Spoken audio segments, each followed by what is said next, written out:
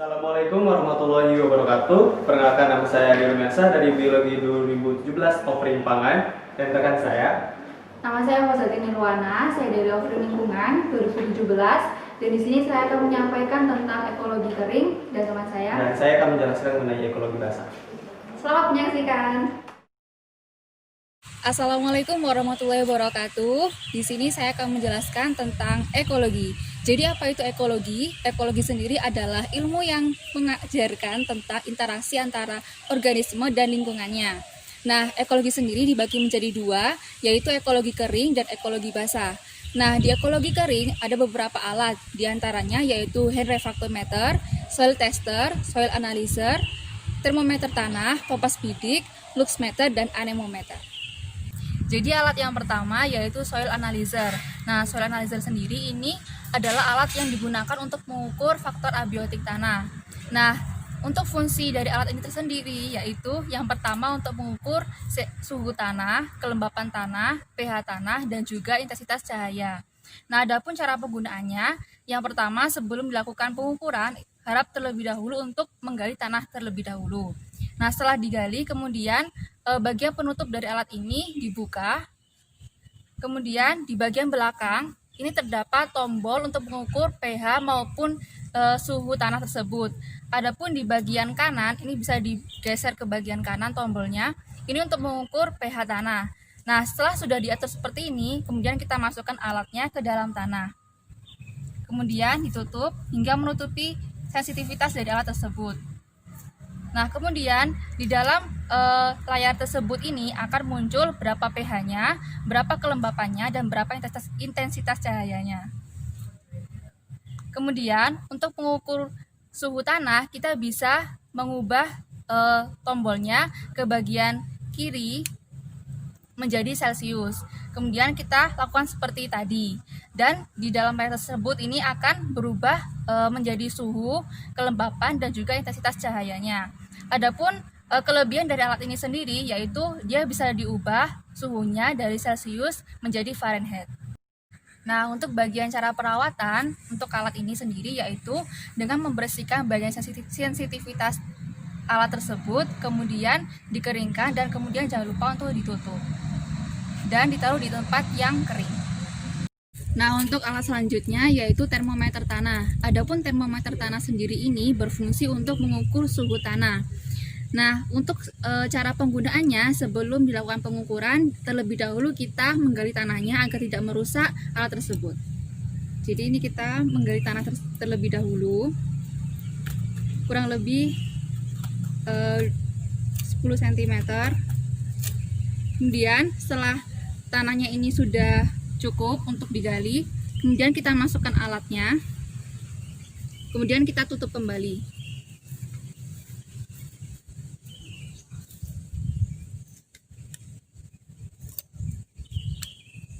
Nah, kemudian di sini ada bagian skalanya atau bagian angkanya yang akan menunjukkan berapa suhunya. Ketika nanti ditunggu, itu air rasanya akan berubah sesuai dengan suhu yang ada di dalam tanah tersebut. Nah, ketika selesai, dia tarik alatnya, kemudian jangan lupa untuk membersihkan bagian bawahnya ini dengan air atau aquades, kemudian dilap dengan tisu kering, dan kemudian ditaruh di tempat yang kering. Untuk alat selanjutnya yaitu soil tester. Nah, soil tester sendiri ini berfungsi untuk mengukur pH dan kelembapan tanah. Nah, adapun soil tester yang dimiliki oleh jurusan kita itu bermerek Demetra. Nah, cara penggunaannya sebelum dilakukan pengukuran, kita terlebih dahulu untuk menggali tanahnya tersebut. Jadi kita gali terlebih dahulu.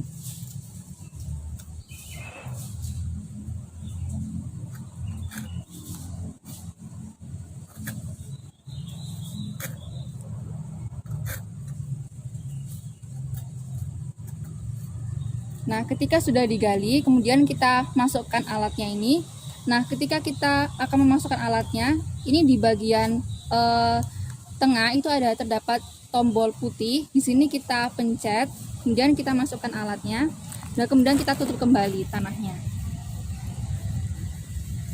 Nah, di sini terdapat perbedaan di antara alat-alat tanah yang lain, di mana kalau di alat-alat yang ini itu dia harus ditunggu selama kurang lebih 2 menit untuk mengetahui berapa pH-nya dan juga berapa kelembapannya. Nah, untuk mengetahui berapa pH-nya dan kelembapannya, di bagian atas tersebut, atas alat ini, itu terdapat skala pH dan juga skala kelembapannya. Nah, ketika selesai dari 2 menit, maka jarum pada layar ini itu akan menunjukkan pH dan juga kelembapannya. Nah, setelah selesai penggunaan, kemudian kita ambil alatnya dan kemudian kita bersihkan bagian bawahnya yang menjadi sensitivitas alat ini. Kemudian kita bersihkan dengan Aquades dan juga kita lap dengan tisu kering. Nah, kemudian tanahnya dikubur kembali. Oke, alat selanjutnya yaitu hand refractometer. Nah, adapun alat ini sendiri itu berfungsi untuk mengukur kadar suatu larutan dengan memanfaatkan cahaya. Nah, untuk cara penggunaannya, yang pertama alat ini ditaruh sampelnya di dalam bagian uji. Jadi di bagian ini kita taruh sampelnya 1-3 tetes. Kemudian setelah ditaruh sampelnya, ditutup dengan kaca penutupnya. Kemudian dilakukan pengamatan skalanya dengan menggunakan cahaya. Nah, untuk mengetahui berapa skalanya bisa dilihat di dalam ini, fokus ini, bagian yang ini untuk melihat berapa skalanya. Nah, adapun perbesaran skala itu juga tergantung dengan berapa konsentrasinya. Apabila skalanya besar, maka konsentrasinya juga tinggi. Apabila skalanya itu rendah, maka juga konsentrasinya juga rendah. Nah, kemudian setelah diketahui skalanya, kemudian jangan lupa untuk membersihkan atau merawat alat ini lagi, yaitu dengan cara membuka penutupnya, kemudian kita bersihkan menggunakan Aquades hingga bersih, kemudian dilap dengan tisu kering dan juga ditutup. Jangan sampai terkena dengan bahan-bahan yang lain sehingga tidak merusak alat ini tersendiri. Kemudian setelah selesai, jangan lupa untuk ditaruh kembali di tempat yang kering. Nah, alat selanjutnya yaitu kompas bidik. Nah, adapun kompas bidik sendiri ini untuk mengetahui suatu objek sudut elevasinya berapa di suatu bentang alam. Nah, untuk cara penggunaannya, yang pertama kita menggunakan alat ini dengan menaruh jempol kita itu di bagian yang hitam ini. Kita masukkan. Kemudian untuk yang jari telunjuk itu kita untuk membuka yang penutupnya. Jadi seperti ini. Nah, kemudian di sini ada terdapat lensa untuk perbesaran. Jadi kita misalnya untuk mengukur berapa sudutnya dari pohon ini, itu kita menaruh kompasnya di depan seperti ini. Kemudian kita lihat berapa sudutnya itu di lensa perbesaran ini. Nah, jika sudah dirasa tepat sesuai dengan hadapan kita kepada pohonnya, kemudian kita bisa melihat berapa sudut elevasinya. Nah, ketika kita sudah mengetahui sudut elevasinya, kita bisa melakukan hal ini juga pada pohon yang selanjutnya. Nah, kemudian untuk cara perawatannya adalah dengan menggunakan alat ini secara perlahan-lahan, tidak boleh secara kasar, kemudian disimpan di tempat yang kering. Oke, untuk alat selanjutnya yaitu luxmeter. Nah, adapun luxmeter sendiri ini itu berfungsi untuk mengukur intensitas cahaya. Nah, untuk cara penggunaannya, yang pertama di bagian sini itu ada tanda open. Kemudian di sini kita buka untuk mengukur intensitas cahayanya. Nah, jadi seperti ini. Seperti ini. Kemudian untuk mengetahui intensitas cahaya di suatu tempat, kita arahkan bagian putih ini ke suatu cahaya. Seperti ini. Kemudian kita hidupkan bagian power. Kita nyalakan bagian power. Nah, kemudian untuk mengatur satuan luxnya, kita pencet bagian yang sebelahnya. Di sini ada tertera namanya lux atau FC. Kemudian kita pencet. Kemudian setelah terukur berapa ukuran cahayanya, kemudian kita pencet hold dan akan diketahui berapa ukuran intensitas cahayanya. Nah, setelah selesai, kita tutup kembali bagian yang diukur ini, bagian putih-putih ini. Nah, kemudian setelah ditutup, kita matikan powernya dan kemudian jangan lupa untuk disimpan di tempat yang kering. Nah, selanjutnya yaitu anemometer. Nah, adapun anemometer sendiri ini untuk mengetahui kecepatan suatu angin. Nah, kemudian untuk cara penggunaannya, yang pertama kita pencet tombol di sini, ada tombol kuning untuk power. Nah, di sini akan muncul angkanya. Kemudian kita arahkan alat ini ke bagian yang angin, bagian yang ada anginnya. Nah, setelah ada angin di sini, baling-baling di sini akan berputar dan di sini akan menunjukkan angkanya, berapa kecepatan angin tersebut dalam satuan meter per sekon. Kemudian setelah selesai tertara angkanya, kita pencet bagian sini. Ini ada yang namanya hold, yaitu untuk menahan. Kemudian dipencet bagian ini. Nah, di sini akan tertara berapa angka tersebut dan bisa kita catat untuk melakukan sebuah praktikum penelitian. Nah, kemudian setelah selesai, kita pencet lagi power ini untuk mematikan alat tersebut. Nah, seperti ini. Kemudian setelah selesai, jangan lupa untuk menyimpan alat ini di tempat yang kering agar tidak rusak. Baik, di sini saya akan menjelaskan mengenai ekologi basah. Jadi di sini alat-alat yang digunakan itu berhubungan dengan zat cair atau di perairan. Nah, di sini salah satu alatnya yaitu deometer. Jadi deometer ini berfungsi untuk menghitung oksigen terlarut yang ada di perairan. Di sini ada dua alat yang sudah include di deometer. Yang pertama ini deometernya, kemudian ini adalah probe-nya. Jadi probe ini adalah sensor yang digunakan untuk mengukur oksigen terlarut nanti.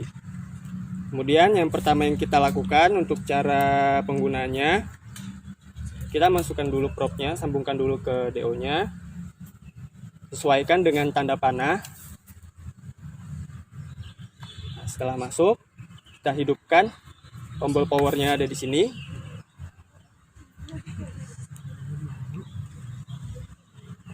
Kemudian setelah kita menekan tombol power, tombolnya kita geser ke arah O2 untuk memulai kalibrasi ya. Sini O2.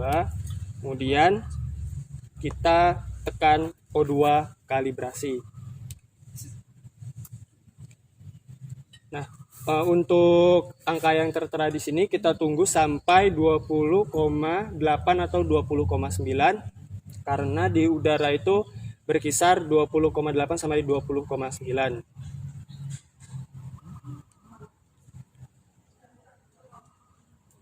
Kemudian setelah kalibrasi selesai, geser lagi tombol yang ada di sini ke miligram per liter untuk mengukur kadar oksigen terlarut di perairan. Nah, kemudian setelah selesai dikalibrasi, kita akan masukkan probe-nya ini ke dalam larutan atau air yang kita gunakan untuk mengukur oksigen terlarutnya. Sini kita goyang-goyang.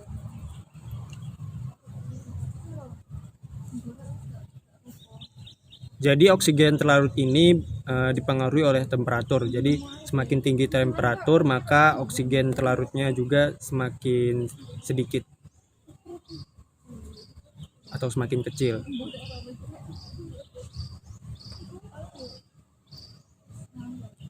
Kita tunggu sampai angkanya itu stabil.